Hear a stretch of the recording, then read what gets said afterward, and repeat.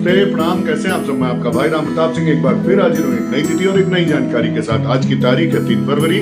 Gregorian calendar के हिसाब से वर्ष का 34वां दिन। अब वर्ष में केवल 331 दिन शेष बचे हुए हैं। वर्ष के दूसरे महीने का तीसरा दिन साल में अपनी एक खास जगह रखता है। आज के दिन सन 1815 में दुनिया में पनीर उत्पादन का पहला कारखाना स्विट्जरलैंड में खोला गया। उसके बाद तो पनीर कितनी प्रचुर मात्रा में पूरे विश्व में व्याप्त है और भारत में ही लगभग एक साल के अंदर कम से कम 1000 करोड़ टन के करीब पनीर की खपत होती है।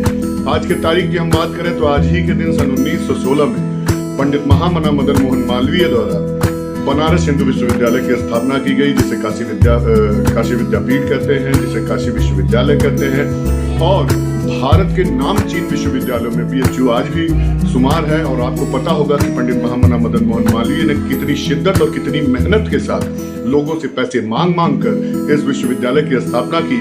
भारत के टॉप विश्वविद्यालयों में आज बनारस हिंदू विश्वविद्यालय की गिनती होती है। आज के तारीख की हम बात करें सन 1925 में, तब के ब्रिटिश भारत, आज के स्वतंत्र भारत का महाराष्ट्र, वहां पर पहली बार बिजली से चलने वाली ट्रेन मुंबई से कुर्ला के बीच में चली। मुंबई के जो आज छत्रपति शिवाजी टर्मिनस है, वहां से वो पहले विक्टोरिया टर्मिनस हुआ करता था, वहां से वो ट्रेन चलकर कुर्ला गई। और यह भारत की ही नहीं बल्कि पूरे एशिया की पहली विद्युत से चलने वाली ट्रेन थी। आज के तारीख की हम बात करें तो सुहासिनी गांगुली भारत की स्वतंत्रता संग्राम सेनानी, तब के ब्रिटिश भारत और आज के बांग्लादेश में जिनका जन्म हुआ, और चटगांव शस्त्र क्रांति जब हुई, जब अंग्रेजों के शस्त्रागारों में चटगांव के क्रांतिकारियों ने लूट कर दी, उसमें सुहासिनी गांगुली ने एक महत्वपूर्ण भूमिका अदा की। आज के तारीख की हम बात करें तो भारत की एक बहुत ही महत्वपूर्ण अभिनेत्री वहीदा रहमान का जन्म है।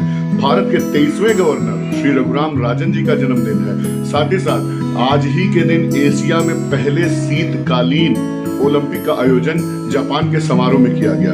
आज का तारीख एक हिसाब से और महत्वपूर्ण है। आज जहां हम लोग कुंभ में संख्याओं के मरने की बात कर रहे हैं कि तमाम श्रद्धालुओं की मौत हो गई, सरकार आंकड़े छिपा रही है और इन सारी चीजों की बात कर रहे हैं, और चारों तरफ कुंभ की चर्चा का विषय बना हुआ है, चाहे अपने आगंतुकों को लेकर, चाहे कुंभ में हुई भगदड़ को लेकर। तो आपको बता दूं सन 1954 में आजाद भारत में जब पंडित जवाहरलाल नेहरू की सरकार में कुंभ का आयोजन किया गया, तो सन 1954 में आज के दिन लगभग 500 लोगों की, जो कि आधिकारिक आंकड़े हैं, 500 लोगों की कुंभ में हुए भगदड़ के कारण मौत हो गई। तो हम सभी को ये दिन इसलिए भी याद रखना चाहिए कि ये भगदड़ एक सामान्य प्रक्रिया है। जहां पर इस तरीके की भीड़ जुटेगी वहां इस तरीके की भगदड़ मस्ती रहेगी, लेकिन सरकारों को सावधान रहना चाहिए। और उस हिसाब से आज योगी सरकार कम से कम यह करने में संभव ही है कि जहां 40 करोड़ लोग एक साथ जुटे हैं, वहां पर इस तरीके की घटनाएं और लोगों का भाग दौड़ और लोगों की असामान्य भीड़ इकट्ठा होने पर ऐसी घटनाएं आम है। तो